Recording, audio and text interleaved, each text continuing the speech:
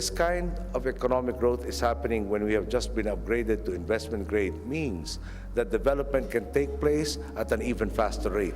In 2028, the Philippines will look nothing like the country you know today. Over 180 megaprojects worth trillions of pesos are already rising. Bridges, railways, subways, airports. For millions of Filipinos, this isn't just concrete. It is the promise of better jobs, faster commutes, and a chance to rise. But here's the challenge. Can these projects survive politics, global risks, and time? Or will they end as nothing more than broken promises? Picture Manila in 2028. Subway trains running underground, airports handling 60 million passengers, bridges linking islands once cut off for centuries. It feels like a dream, but dreams can also collapse. And that is why 2028 is the make or break year. The year that will decide the Philippines' future.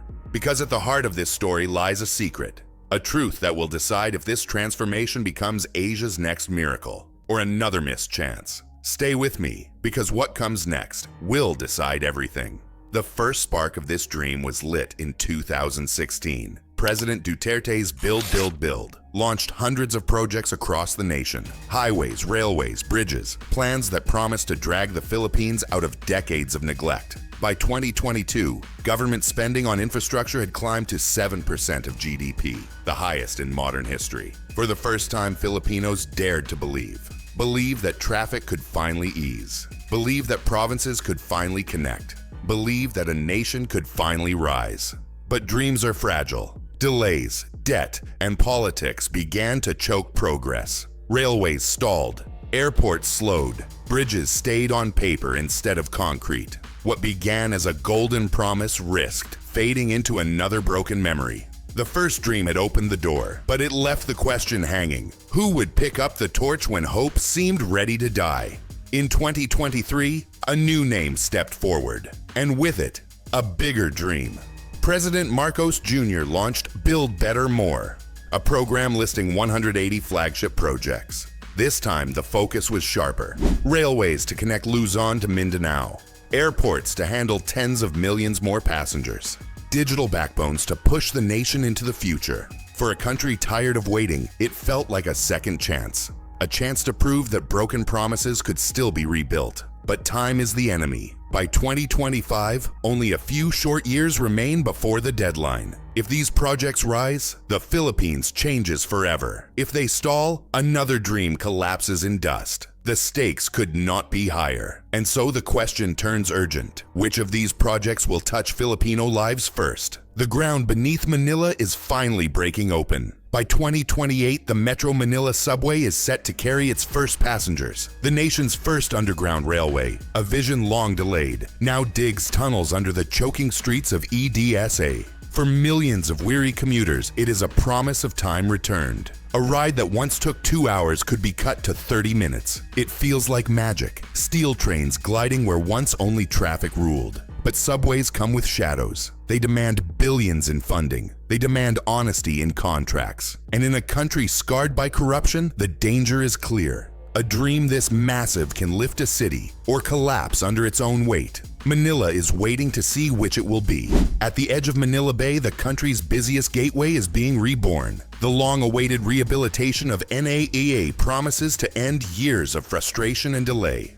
By 2028, capacity is set to soar to 62 million passengers a year. For the Philippines, this is more than concrete and terminals. It is the chance to finally compete with the great hubs of Asia. The impact is immediate. Tourism expands. Trade flows smoother. Flights no longer choke in endless queues above Manila's skies. And for OFWs and their families, the change is deeply personal. Every shortened delay is more time together. Every faster arrival is one more moment saved. But with opportunity comes new pressure. Expansion opens the door to global competition, where hubs from Singapore to Seoul fight for dominance. The Philippines must now prove its place in the air, or risk watching passengers fly past to rivals. Across the islands, a new revolution is rising on steel and concrete. The Bataan-Cavite Interlink Bridge and the Samal Connector Bridge are racing toward completion. For travelers, the impact is immediate. Journeys that once took 2 hours by road or ferry will collapse into minutes.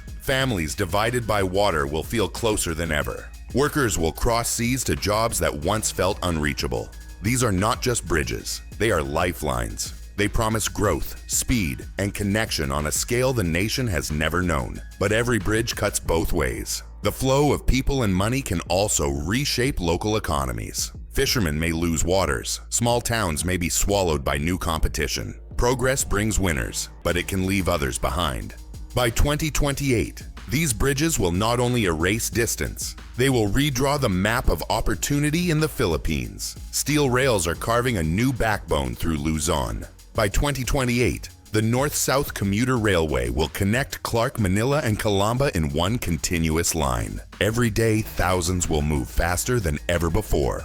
Workers, students, families flowing across the island's heart. For the first time, a farmer's son in Bulacan can study or work in Makati without leaving home behind. This is more than transport. It is opportunity delivered by train, but every track carries shadows. Land along the route is already rising in price. Homes and small businesses risk being pushed out by development. The same access that opens doors can also shut others out. By the time the trains roll, Luzon will be forever changed. A nation's future running on steel, speed, and the cost of progress. By 2028, the Philippines will not look the same. Incomes are rising, commutes are shrinking. Tourism has doubled, bringing money into every island. The country finally feels like it is stepping into the future it was promised. The IMF projects growth at 6 to 7%, enough to lift the nation into upper middle income status. For millions, the dream of a new Philippines is no longer just talk. It is visible in every road, every train, every light in a home that once lived in darkness.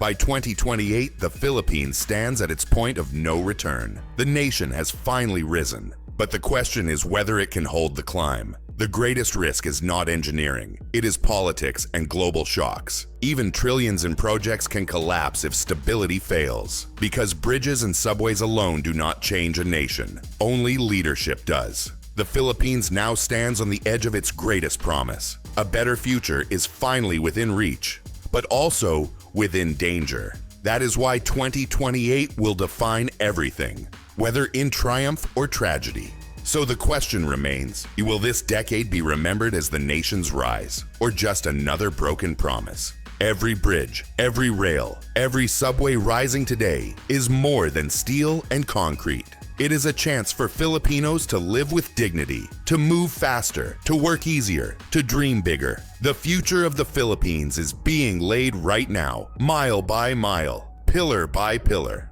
And by 2028, the nation will not be the same. For millions, the question is no longer if the future will arrive, but whether it will arrive on time. The next 3 years will decide everything. Whether these projects become Asia's next miracle or another list of broken promises gathering dust. If you want to follow the truth behind Asia's biggest transformations, subscribe now and tell us below. Do you believe these projects will finish by 2028? Or will this decade test the nation all over again?